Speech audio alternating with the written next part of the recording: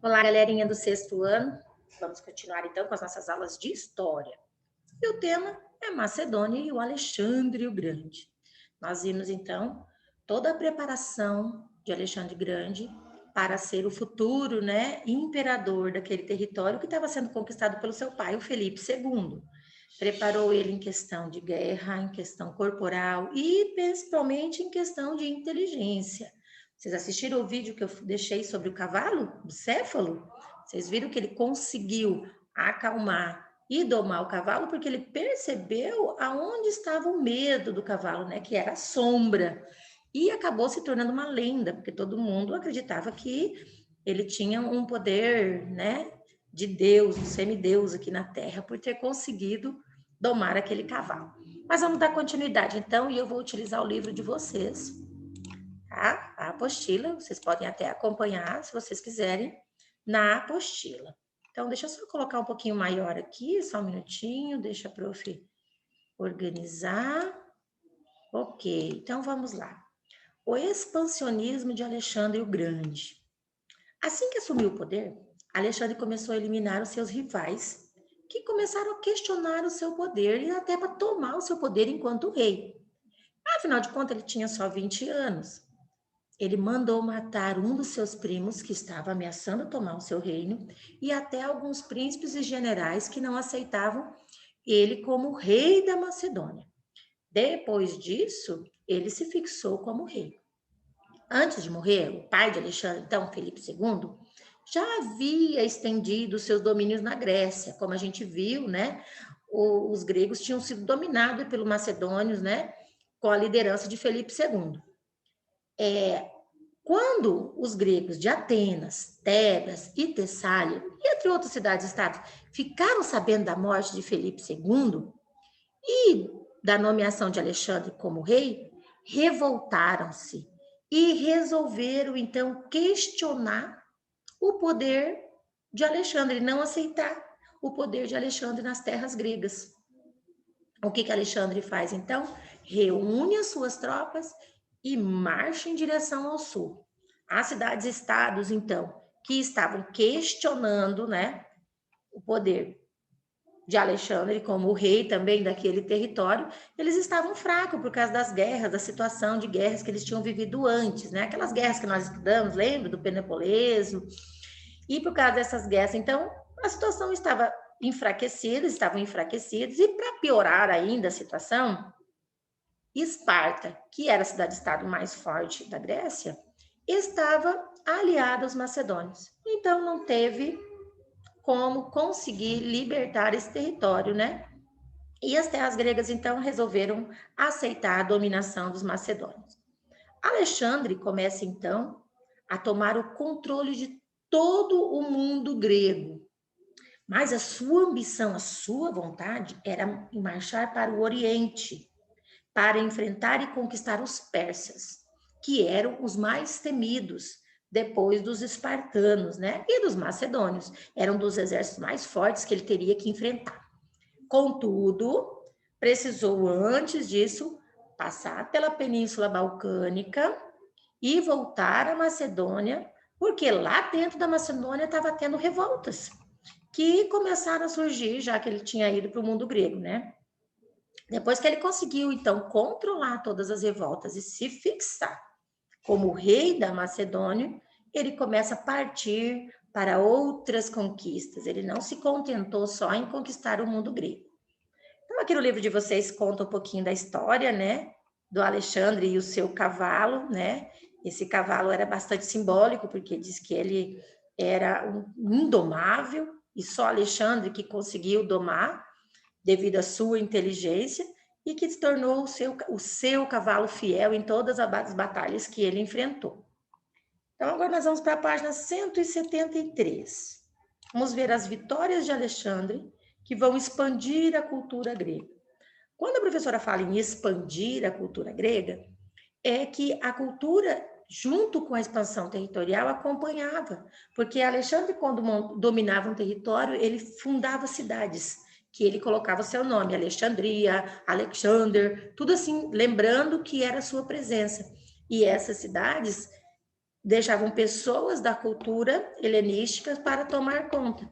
Isso acabou levando o conhecimento helenístico para outros territórios, né?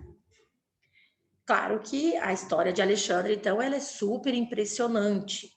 Começa com seu reinado, né, com apenas 20 anos, jovem, né? Se hoje, imagina um rapaz de 20 anos ser um grande, né, imperador, um rei de um império muito forte.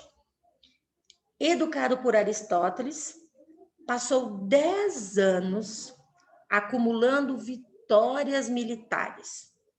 Praticamente totalmente invicto, não perdeu nenhuma batalha dessa, conquistou quase todos os maiores impérios e civilizações da sua época. Alexandre só parou essas conquistas porque o seu exército já estava muito exausto, já estavam cansados e começaram a se revoltar. Tinha soldados que já estavam mais de 10 anos nessa batalha junto com Alexandre. 10 anos fora da Macedônia. E desde então não tinham voltado para casa. Outros eram nativos de outras partes do império e também não estavam mais muito felizes em continuar conquistando batalhas e batalhas, né? E Alexandre percebeu que seu exército já não estava tão fiel, tão forte como ele pensava que eles poderiam ser. Com receio de perder o controle, Alexandre então resolve retornar para a Babilônia. Conquistador implacável, a vontade dele era conquistar, né, uma ganância de conquistar. Depois que ele chegou na capital do gigante império, então, que havia construído, Alexandre começou a planejar uma nova conquista. Agora ele queria conquistar a Arábia e a Europa, né, parte do oeste da Grécia. E dado o seu esforço, provavelmente ele teria conquistado se ele tivesse conseguido ir para esta batalha. Porém, em 323, pouco antes de completar 33 anos, Alexandre ficou doente. Exatamente. Até hoje não se sabe ao certo o que levou à morte de Alexandre. Mas sabe-se que ele bebia bastante, o corpo dele estava cansado, afinal, mais de 10 anos numa batalha não é uma coisa simples, né? O corpo dele devia estar machucado, devia estar cansado, e ele acabou não resistindo. Vitimou de alguma doença que não se sabe, alguns falam que foi febre, malária, outros dizem que pode ter sido alguma hemorragia, não se sabe ao certo a causa morte. Acontece que ele morre sim, de morte natural e não em uma batalha. Um dos maiores conquistadores da história morreu sem deixar herdeiros. Nossa, não deu tempo de ter um herdeiro. Ele não pensou, ele não fez a mesma coisa que seu pai Felipe II tinha feito. Lembra? Que quando Felipe II viu que tinha conquistado bastante coisa, ele já pensou em preparar um herdeiro. Já Alexandre não fez a mesma coisa, não deixou herdeiro. Com a sua morte, o seu império então vai ser o quê? Dividido. Porque todos os descendentes, as pessoas mais próximas de Alexandre, seus primos, né? Seus parentes começam a pedir este poder para si. Ao conquistar as principais civilizações da sua época, chegando até a Índia, né? Conquistou parte da Índia, como nós vimos naquele mapa. Lembra que ele estava ali na Macedônia, conquistou a Grécia, depois conquistou parte da África, a Pérsia, chegou até perto da Índia, né? Ele aumentou a sua riqueza e seu poder. Entra para a história como um grande general, aonde com toda essa expansão territorial, com a sua cultura, com o seu exército preparado e um legado da Grécia Antiga, caminharam com ele, porque eles não só levavam a conquista, mas levavam também o conhecimento para essas regiões conquistadas. Soldados não vivem apenas de batalhas, e exército também conta com cozinheiros, mercadores, carregadores, músicos e entre outros. Nesses 10 anos, então, que eles ficaram fora da Macedônia, existia todo um grupo de pessoas que acompanhavam esses soldados, esse exército. E essas pessoas tinham contato com as outras culturas conquistadas, e houve, então, o quê? Uma troca de cultura, uma troca de conhecimento. Além dessa troca de conhecimento nesses 10 anos de expansão territorial, Alexandre fundou diversas cidades, todas com o nome de Alexandria. Essas cidades respeitavam as características do povo local onde elas estavam, certo?